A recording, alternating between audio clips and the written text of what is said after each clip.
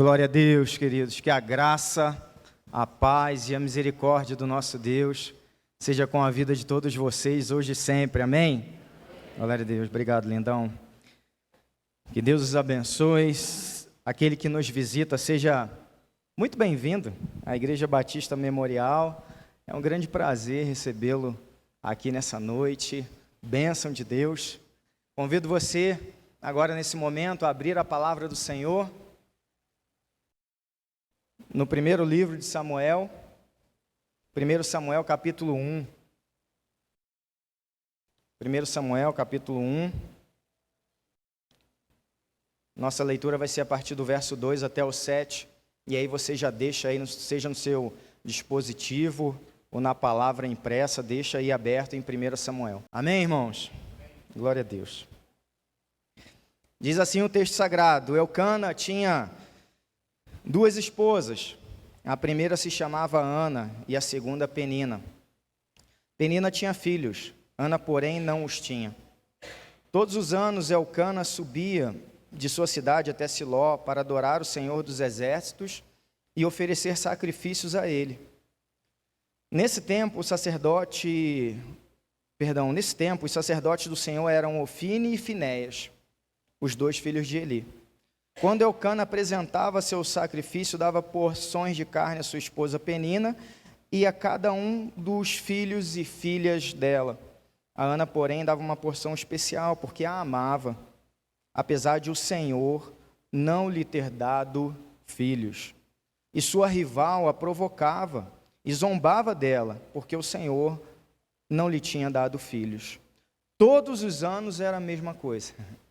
Todos os anos. Ano após ano. Penina provocava Ana quando ia à casa do Senhor. E cada vez Ana chorava muito e ficava sem comer. O tema da minha mensagem nessa noite é: quando a resposta não vem e a dor se prolonga. Feche seus olhos, vamos orar em nome de Jesus. Paizinho, nós estamos aqui, Senhor, nessa noite, em primeiro lugar, agradecido, Pai. Agradecido porque o Senhor tem cuidado de nós, o Senhor tem nos protegido, o Senhor tem nos abençoado. O Senhor é o nosso Deus. Obrigado, ó Pai amado, pela liberdade que nós temos de, no Brasil, aqui nesse lugar, cultuar o Teu nome. E pedimos, recebe tudo que foi feito aqui, Pai. Cada oração, cada louvor, cada música, Pai. Recebe tudo que nós fazemos aqui nesse lugar, que seja para a Tua honra e para a Tua glória, em nome de Jesus. Nesse momento, pedimos também, Senhor, fala conosco, Pai. Fala o nosso coração através da Tua palavra. Transforma a nossa vida, Pai. Nos dá, Senhor, quebrantamento em nome de Jesus e nos ajuda, Senhor, a enxergar as áreas da nossa vida onde a gente precisa ser sensível à Tua voz, Pai. Quanto a mim, Senhor, eu não tenho vergonha de dizer que não sou digno, Pai, de portar essa mensagem, o Evangelho da salvação, palavra que transforma. Então eu peço graça, Senhor, peço graça sobre a minha vida, sobre a minha casa, sobre a vida dos meus irmãos, e que nesse momento, Pai, o Senhor me conceda humildade para anunciar a Tua palavra, ó Pai amado, sabendo que o único aqui, o único, Senhor, que deve ser honrado e exaltado nesse lugar, é o nosso Senhor Jesus Cristo de Nazaré. E é nesse nome que eu oro e te agradeço, Pai. Amém.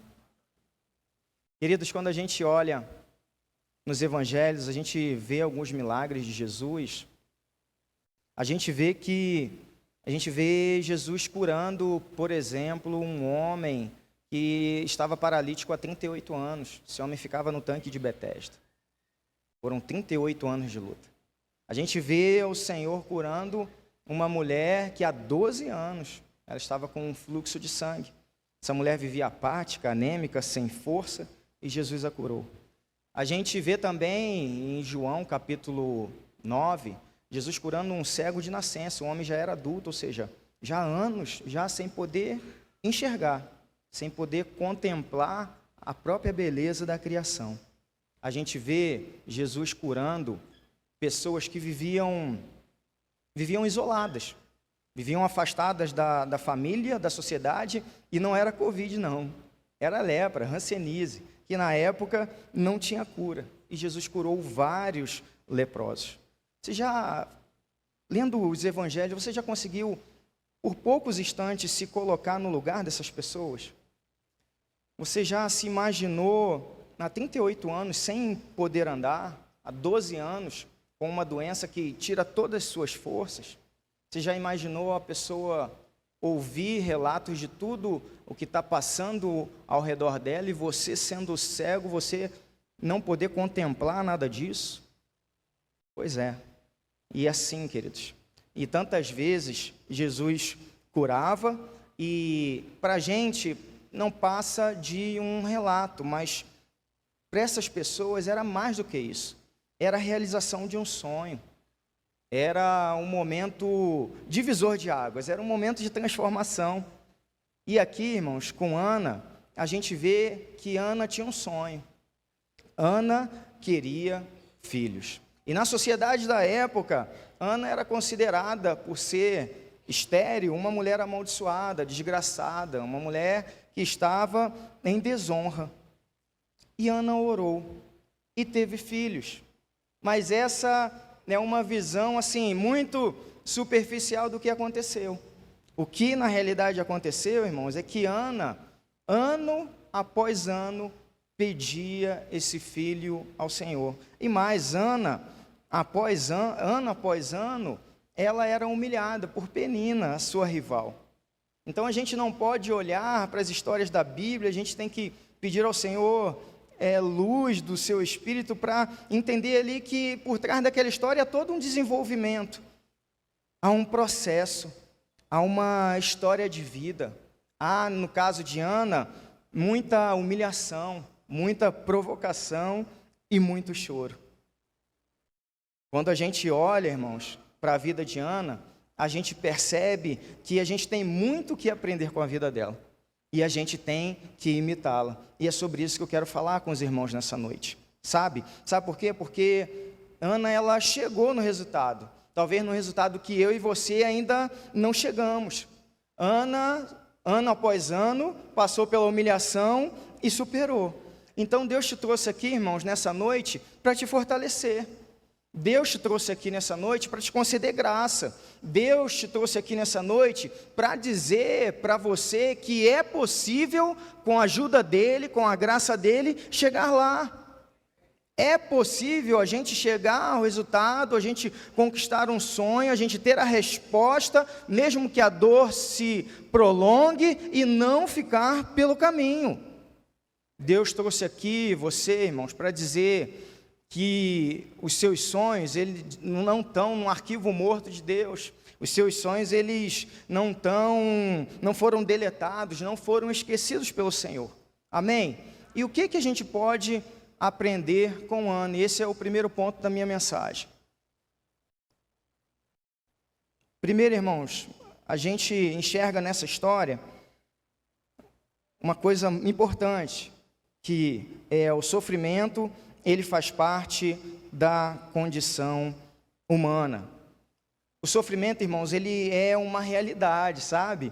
O sofrimento é um privilégio de todos. Ele permeia toda a sociedade, todas as pessoas, independente de cor, de raça, de gênero. Nós não nascemos para sofrer. Só que o sofrimento, a nossa vida, ela passa pelo sofrimento. Quando a gente olha a vida de Ana, a gente percebe que Ana e sua família, a Ana era uma serva de Deus, ela pertencia ao povo do Senhor, e ano após ano ela ia junto com sua família a Siló adorar. Então, irmãos, doença, enfermidade, isso chega na vida de qualquer um, e isso traz dor, sabe? Crente e não crente perde emprego. Sabe, a gente perde ente querido, a gente tem crise no casamento, a gente quebra o carro, as pessoas podem assaltar a nossa casa. Ana aqui está sofrendo por ser estéril, Ana está sendo humilhada por Penina. A dor de Ana não é só essa, tem mais, ela está sendo incompreendida pelo seu marido e julgada pelo sacerdote da época. E nós, irmãos, como a gente vai lidar com a dor? Qual é a nossa resposta à dor? Sabe, Jesus disse, olha, neste mundo vocês terão o quê? aflições. Faz parte, irmãos, do mundo. É isso. Só que o verso, ele continua. Ele continua dizendo o quê? Coragem, ânimo. Eu venci o mundo. Essa é a resposta, irmãos. Essa é a resposta para vencer a dor. É a coragem que vem do Senhor. Paulo fala a Timóteo, em 2 Timóteo, capítulo 1, verso 7, que Deus não nos deu um espírito de quê? De covardia, de medo, mas de poder, de amor e de equilíbrio. É isso, irmãos, é coragem. É ter coragem para enfrentar os desafios da vida, é estar de pé todos os dias para falar assim, hoje vai ser mais um dia de guerra e mais um dia que em nome de Jesus o Senhor vai me colocar em pé. Você está vendo essa imagem aí? Sabe quem é esse cara?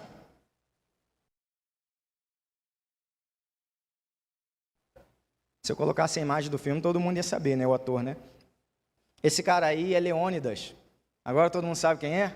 Agora todo mundo lembrou, né? Sabe aquele fortão lá dos 300? O líder, o rei de Esparta? Então, é ele.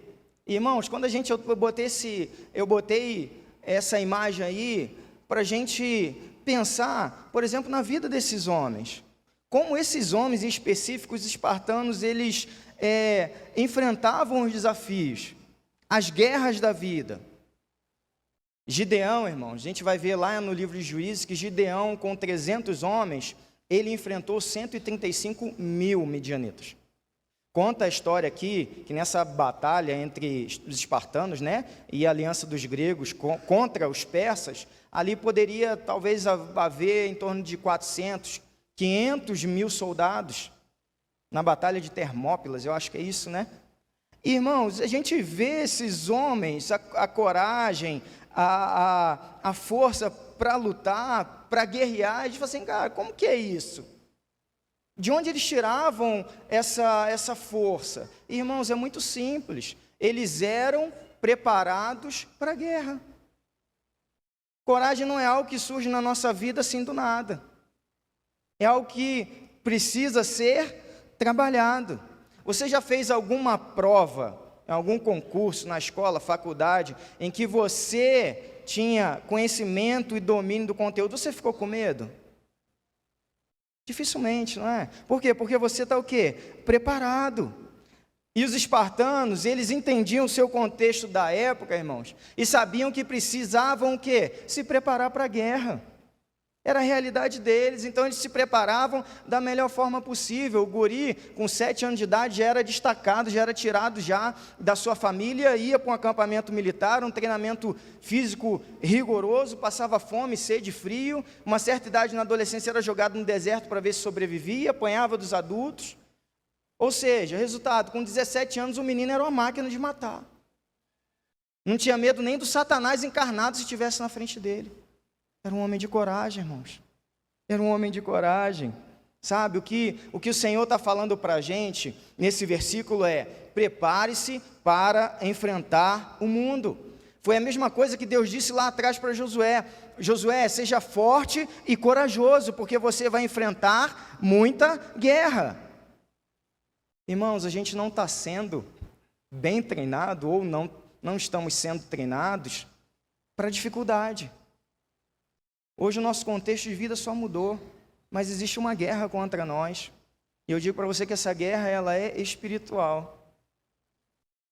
E ela quer tomar a nossa vida, quer destruir a nossa família, quer nos arrebentar. Nós estamos em guerra. E a gente tem que entender isso para se preparar. A gente precisa se preparar para assumir responsabilidade. A gente precisa se preparar e ter coragem, irmãos, para lidar melhor com os problemas. A gente vive dias hoje em que qualquer problema, qualquer dificuldade, qualquer insatisfação das pessoas geram nelas uma dor que eu diria que é algo quase insuportável. Por quê? Porque não estão sendo preparados para os desafios da vida. Ana estava sendo preparada, irmãos, durante anos, e eu vou falar um pouco melhor à frente sobre isso. A gente precisa buscar, irmãos, um evangelho que ele nos ensina não a prosperar, E a prosperidade, sim, ela é bíblica, ela faz parte da nossa vida. Deus, quando quer, Ele enriquece, Ele dá bens, tudo isso. Só que a gente precisa buscar um evangelho que nos ensina a lidar com o caos. A gente não pode sair por aí correndo atrás de um evangelho que vai nos ensinar para orar só para enriquecer e que não nos ensina a orar para nos santificar. Porque o evangelho, irmãos, desperta em nós um desejo por santidade. Se você for jogar na internet lá, fizer uma pesquisa, você vai ver vídeos do tipo, como enriquecer como enriquecer lendo a Bíblia.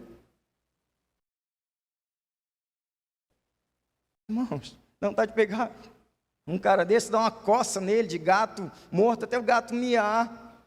Como assim, como enriquecer lendo a Bíblia? Cara, coloca como enriquecer trabalhando 4 horas por dia, como enriquecer com o meu novo método de ensino, enfim, como enriquecer de qualquer coisa, mas como enriquecer lendo a Bíblia, irmãos? A Bíblia, ela aponta para Jesus. Como conhecer Jesus lendo a Bíblia? Como ser um melhor filho lendo a Bíblia? Como ser um melhor marido lendo a Bíblia? Como ter coragem lendo a Bíblia? Como ter força para amar os inimigos lendo a Bíblia? Como ter força para desistir quando tudo está dizendo, olha, desiste. Lê a Bíblia. É isso, irmãos. É Jesus, irmãos. É Jesus. É Ele que nos dá a força para o desafio. É Ele que nos coloca de pé todo dia. É Jesus que nos dá força para cuidar da família. É Jesus que é o meu maior tesouro. Não é aquilo que Ele pode dar. É Jesus. Estou pressionado? Jesus, irmãos. Você está com medo? Jesus. Você está diante de um desafio? Jesus. Você está achando que está perdido? Jesus. Você está achando que não vai dar mais? Jesus, irmãos. Jesus. Jesus, é Ele que nos coloca de pé. É Ele que nos vai dar a habilidade para avançar, para vencer as guerras, para não esmorecer. E por mais que você chore, quando você vai aos pés do Senhor, Ele vai te renovar, Ele vai te colocar de pé de novo, Ele vai renovar a tua esperança, Ele vai te dar força, Ele vai encher novamente o seu coração de fé. É Jesus, irmãos. É Jesus. Segunda coisa.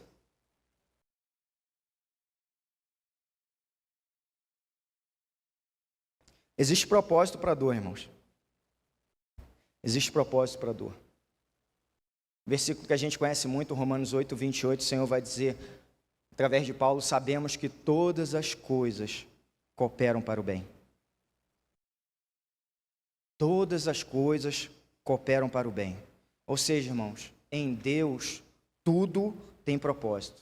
O problema, seja ele menor ou maior, de alguma maneira vai contribuir para cumprir o propósito de Deus para a minha vida. E não só a dor. Quando Deus fala tudo, é tudo. São todas as coisas.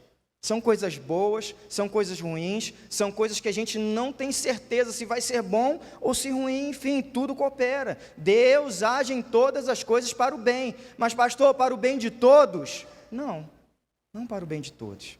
Para o bem daqueles que amam a Deus.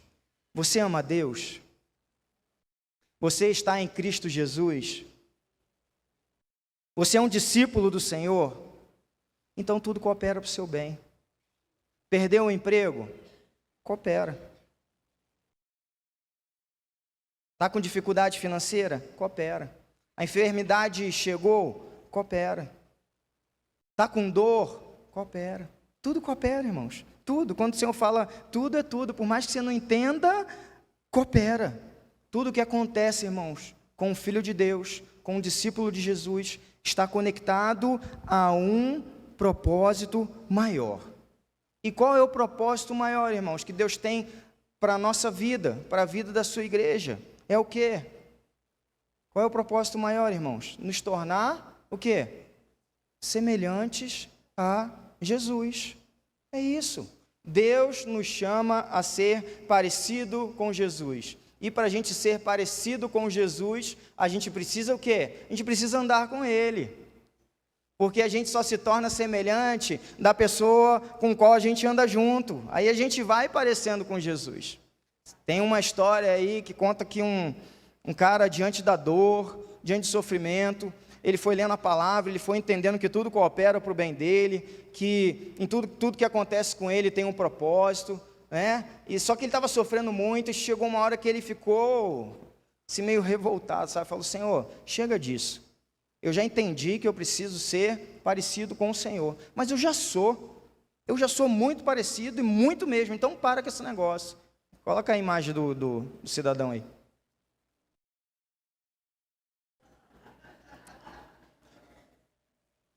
Para, Jesus, para, porque já está demais. Irmãos, você acha que cidadão desse, ele nasceu assim? Ele gastou quase R$1 milhão para chegar desse jeito aí. E tomara que ele entregue a vida para Jesus, e tomara que ele não dê uma crise quando ele descobrir que Jesus não é dessa maneira, tá, irmãos? Jesus não é assim não, tá? Então, ou seja, o cara gastou R$1 milhão aí, né? É um americano, né? Uma bestada aí. E em termos de reais, quase R$1 milhão para poder ser parecido com Jesus. Então, tomara que ele não dê uma crise, né? Gastou esse dinheiro todo quando ele descobrir que Jesus é um judeu e não tem esse rosto assim afinado, não tem nada a ver com um perfil europeu, tá? Então, irmãos, o que acontece? A dor, ela tem esse poder de nos arremessar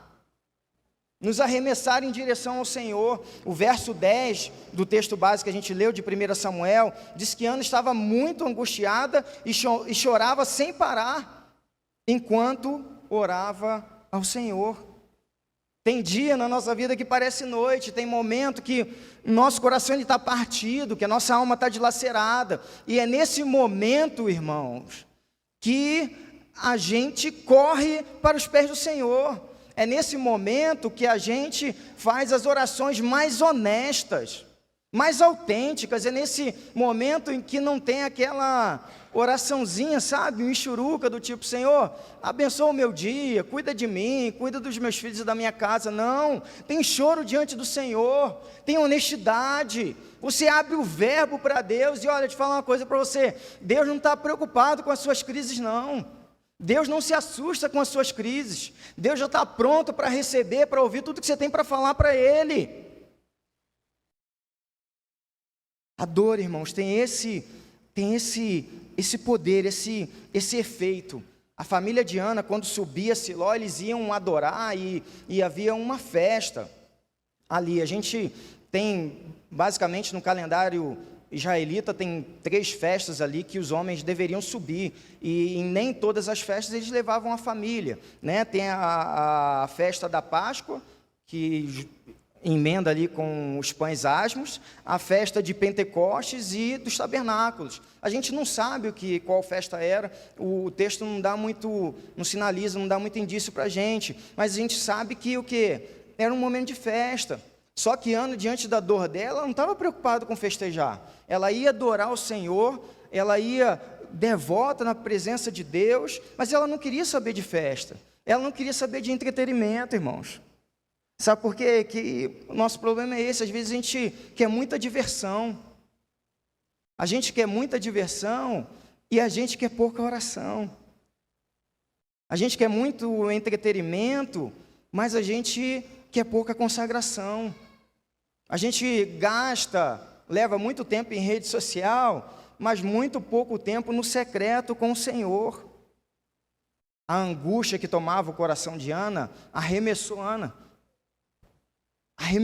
ao Senhor, fez ela prosseguir e buscar ao Senhor. A dor estava cumprindo o propósito estabelecido para Deus, para a vida de Ana, aproximando o Senhor. Lutero, ele diz algo muito interessante. Ele tem uma frase que diz o seguinte: olha, existem 3 coisas que nos levam a conhecer o Senhor: a oração, a Bíblia e o sofrimento.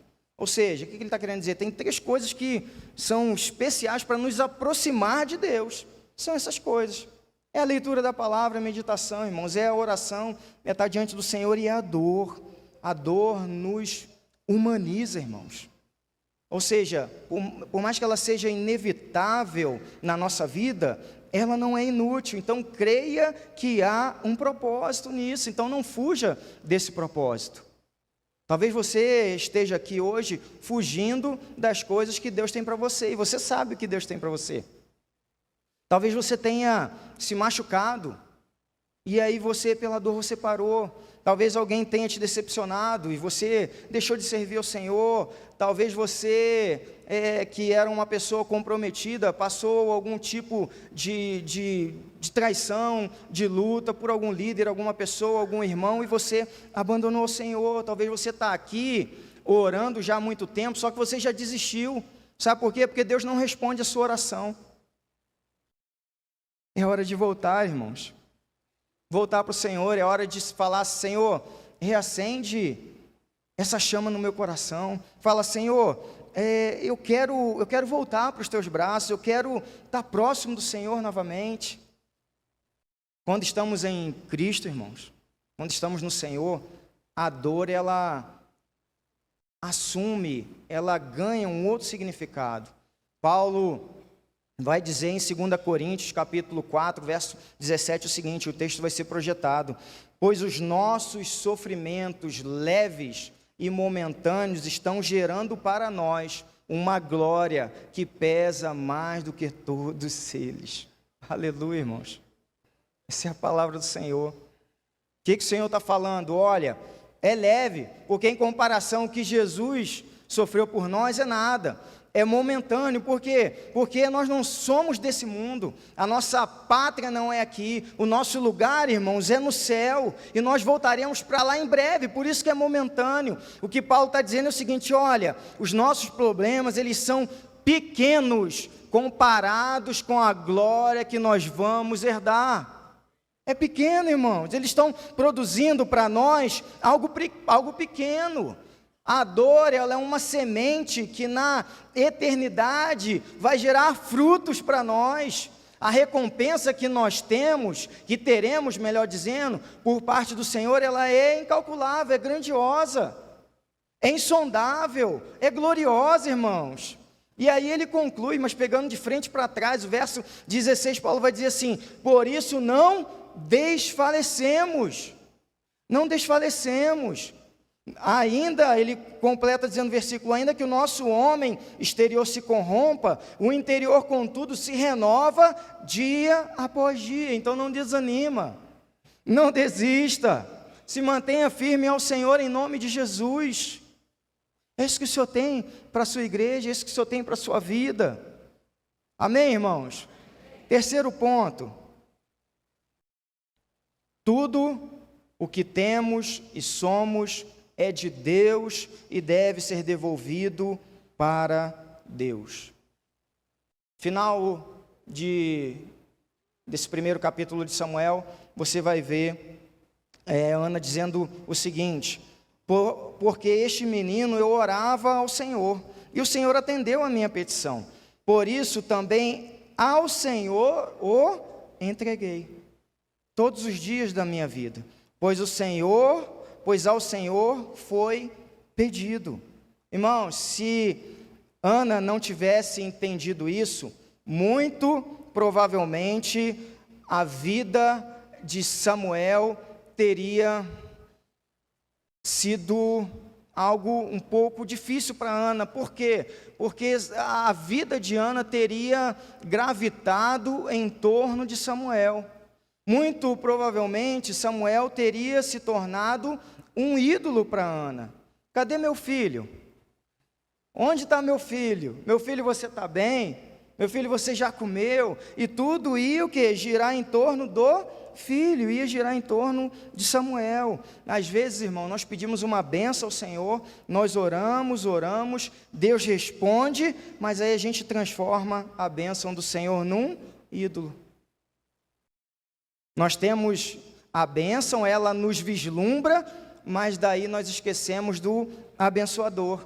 Sabe aquela pessoa que trabalha, ora, pede ao Senhor prosperidade, Deus dá, irmãos. Deus dá a quem trabalha, ao honesto, ao seu filho, Ele abençoa, e aí a pessoa vai e compra um carro, melhora, daqui a pouco ela está com 2 carros, daqui a pouco compra mais uma outra casa, daqui a pouco a empresa cresce, abre uma filial, né? Ela vai conquistando, só que chega um momento que ela tem tanta coisa para administrar que ela não tem tempo para Deus. Ela não tem tempo mais para o culto de domingo. Ela não tem tempo mais para a jornada de oração, inclusive a gente vai ter jornada essa semana.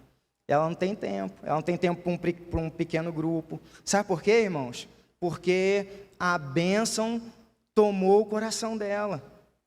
A bênção tomou o lugar do abençoador. Irmãos, é importante a gente saber isso. Tudo que nós temos, tudo que você tem, a sua casa, o seu carro, o seu dinheiro na conta, a sua família, seja lá o que for que você possua, tudo pertence ao Senhor. E nós somos o quê? Nós somos mordomos do Senhor. E aí Tiago vai falar lá no capítulo 4 o seguinte: olha, vocês pedem, mas vocês não recebem porque vocês pedem o quê? Com más intenções, a fim de gastar o quê? Com os próprios prazeres. Aí a gente fica: Senhor, eu quero, Senhor, eu quero, Senhor, eu quero. Mas aí a pergunta que o Senhor faz ao nosso coração: você quer para quê? Vai honrar as pessoas? Vai abençoar, além de você, vai abençoar outras pessoas? Vai honrar a Deus, melhor dizendo? Ou vai ser só para o seu prazer? Eu quero casar, eu quero casar, eu quero casar. Glória a Deus, você quer casar. Mas por que você quer casar? Será que é só para sair do pecado? Que você está e você sabe que não deveria estar? Ou você entende a importância de uma aliança e você quer honrar a Deus através dessa aliança e você quer fazer outra pessoa feliz? Qual é a sua intenção? Enquanto Ana, irmãos, ela não entendeu isso, a resposta não veio e a dor se prolongava. Quando ela disse: Senhor, eu devolvo. Se o Senhor me der esse filho, eu devolvo. Ele é teu. O que o Senhor tem pedido a você para colocar diante dele? E não só entregar de fato, mas, irmãos, a devolução, a entrega, ela acontece o quê? Ela acontece primeiro no coração. Primeiro no coração. E são por coisas pequenas. Ano passado, um amigo foi transferido para outra cidade. E aí, poucos dias antes dele ir embora, num lugar lá em casa onde eu estudo, tá, olhando para os meus livros assim, o Senhor falou assim: olha, dá aquele livro ali para o guri. Aí eu fui pegar o livro, querido, o livro que eu era apaixonado pelo livro. E eu falei assim: mas Senhor, logo esse livro. O Senhor falou assim: dá esse livro. E aí você vai vendo, irmão, que Deus vai mostrando a gente, através de pequenas coisas, como o nosso coração está apegado, como a gente não quer largar. Mas eu falei assim: não, Senhor, glória a Deus, eu dou sim. Se eu precisar, depois já li. Se Deus precisar alguma outra vez, eu compro. E glória a Deus. Mas isso é só para...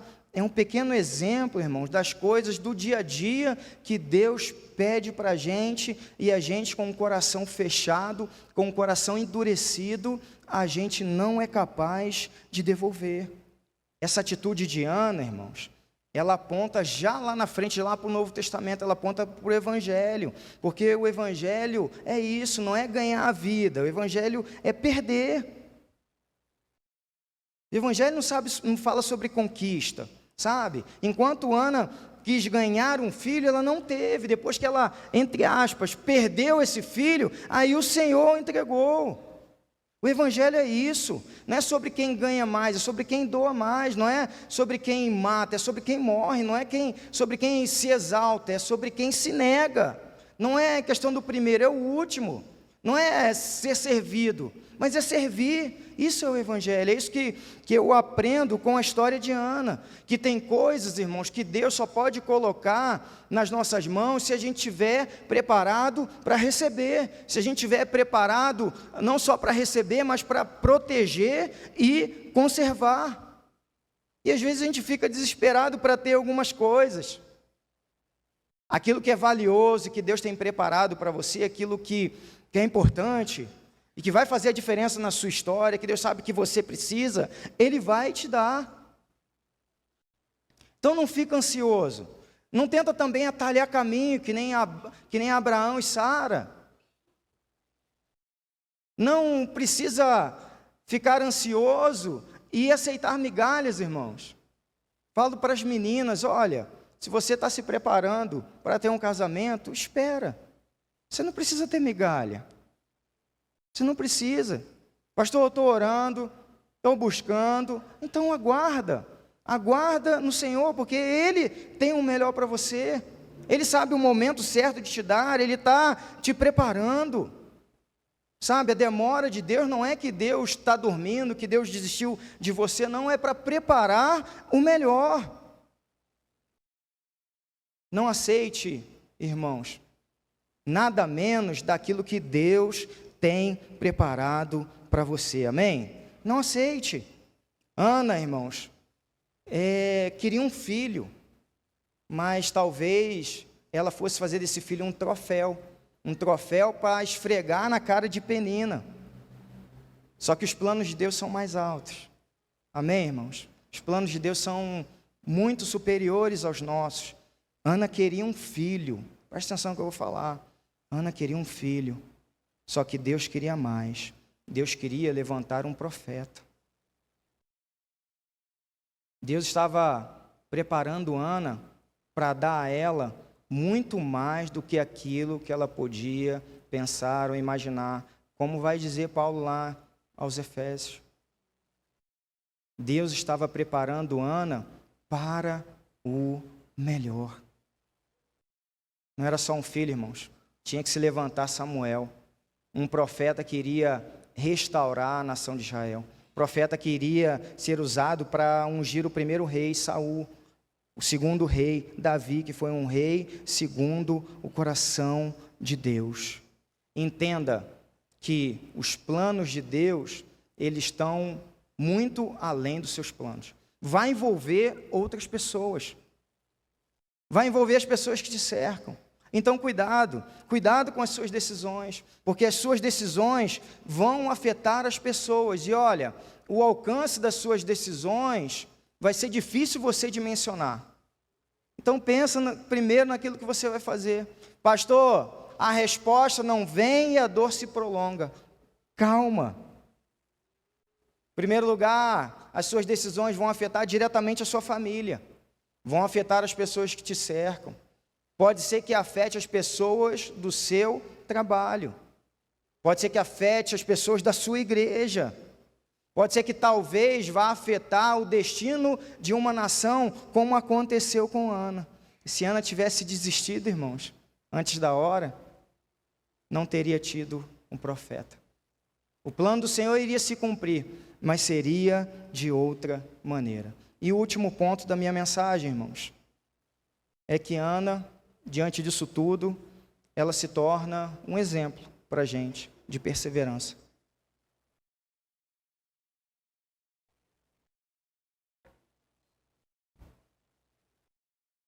Ano após ano, ano após ano. Ana nos ensina, irmãos, que é possível suportar a dor.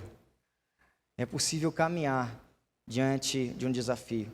É possível entrar num deserto e chegar do outro lado no final dele. O que acontece conosco é que a gente tem desistido das coisas com muita facilidade. A cultura tem modelado e impresso sobre nós os nossos limites.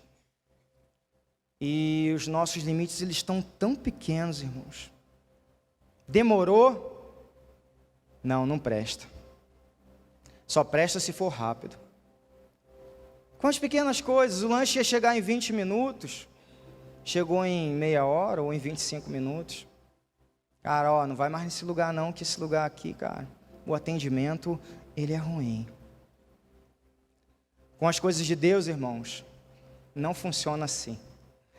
Seria bom para a gente se funcionasse, né? Se as coisas fossem mais rápido. Só que Deus costuma usar processos. E alguns processos na nossa vida e na nossa história são demorados. Não tente se relacionar com Deus com base na pressa ou no imediatismo. Não. Tem um versículo que eu gosto demais, queridos, que é Hebreus, capítulo 6. Hebreus 6, verso 12.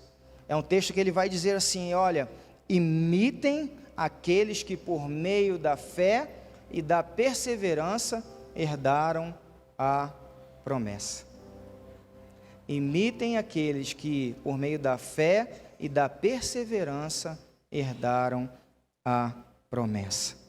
A ideia é, persevere até o fim, até que você receba aquilo que o Senhor te prometeu. Ana venceu, irmãos. Nós podemos imitá-la. Procure pessoas que venceram e as imite. Diga, eu quero ser como aquele homem. Eu quero ter integridade daquela moça. Eu quero ser honesto como aquele rapaz. Eu quero imitá-lo. Eu quero ter a fé desse homem. Cara, está tudo ruindo. Cara, e ele está de pé. E essa fé está produzindo nele perseverança. E ele está continuando. Ano após ano, ele continua. Debaixo de humilhação, ele continua. Debaixo de choro, ele continua. Debaixo de provocação, ele continua. Ele persevera. Sabe por quê? Porque ele sabe quem prometeu. Deus é fiel, irmãos. É Ele que prometeu. Ele é fiel. Ana venceu, irmãos. Nós podemos vencer também. O nosso Senhor venceu. Eu venci o mundo. Nós podemos vencer. Não sei como está o seu ritmo de caminhada. Talvez você não consiga andar no ritmo que você queira, na velocidade que você queira, mas anda. Se você não consegue andar, caminha, mas vai adiante. Se não consegue caminhar, se tem força nos braços para rastejar, vai rastejando em direção àquilo que o Senhor tem para a sua vida. Só não para. Em nome de Jesus, não para. E eu conheço uma história, irmãos, de uma outra mulher. E essa outra mulher, ela se chamava Mônica. Ana não tinha o filho. Mônica, ela tinha um filho, só que ela perdeu esse filho. Ela perdeu o filho para o pecado. Esse filho vivia em orgia, esse filho vivia em bebedeira, esse filho vivia na prostituição. E Ana Mônica orava por esse filho. Mônica chorava por esse filho. Mônica também era uma mulher de fé, semelhante a Ana. E ano após ano, Mônica estava diante do Senhor por causa desse filho. Ela queria o filho de volta. E é engraçado como as histórias elas vão sendo semelhantes, irmãos, que Mônica também certa vez chegou diante de um sacerdote. E ela disse, olha, eu não aguento mais de tanto chorar pelo meu filho. Eu não aguento mais pedir a Deus para ele voltar. Eu não vejo saída. Sabe, eu só enxergo uma muralha assim que eu não consigo ultrapassar. E aí esse sacerdote disse a ela o seguinte, olha Ana, persevere, não desista, porque é impossível que se perca um filho de tantas lágrimas. Vou repetir, é impossível, Mônica, que se perca um filho de tantas lágrimas. E Mônica perseverou. E o que aconteceu, irmãos? Depois de muitos anos, esse filho se converteu. E esse filho se tornou um filósofo, se tornou um escritor, um grande teólogo cristão. Com certeza, eu arrisco dizer que um dos maiores teólogos da história da igreja. Você já deve estar sabendo de quem eu estou falando. Agostinho de Hipona. Era ele, queridos. Um devasso, atolado no pecado até aqui. E é interessante, queridos, que quando Agostinho ele se converte, um homem inteligentíssimo, ele consegue unir aquilo que poucos fazem, poucos teólogos conseguem, que é unir a inteligência, um homem muito brilhante, a devoção. Ele tinha um coração aquecido, ele tinha fé no Senhor, mas sabe por quê? Porque ele viu o testemunho de uma mãe que ora. Ele via na sua casa Mônica orando, e ele se tornou um homem de oração, e Deus fez o que fez através dele. E Ana, queridos, não desistiu, Mônica não desistiu. Ano após ano, essas mulheres lutaram, mas lutaram diante de quem? Diante dos homens, diante do governo, diante de um hospital, reivindicando uma vaga? Não, elas lutaram diante do Senhor. Esse é o lugar, irmãos, que nós devemos lutar.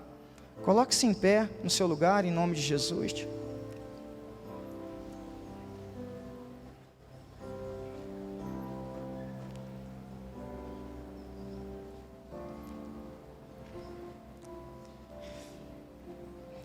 Mônica recebeu uma boa palavra do sacerdote. Olha, Mônica, não desiste. Um filho de lágrimas não será perdido. A gente vê, irmãos, Ana, ela também recebe uma boa palavra do sacerdote. Olha, Ana, que Deus de Israel lhe conceda o que você pediu. Também uma boa palavra. Mas eu quero dizer, irmãos, que aquelas mulheres, elas tiveram diante de si, através de um sacerdote, a palavra de Deus, sim, e muito bom, mas só que hoje é diferente. Sabe por quê?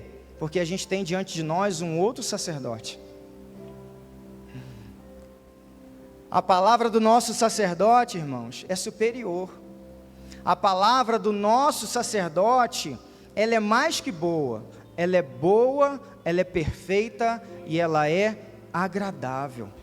A palavra que o Senhor quer liberar hoje sobre a sua vida é palavra de cura, é palavra de libertação, é a palavra do sumo sacerdote que pode mudar a sua história, e ele está hoje diante do Pai a interceder pela sua vida.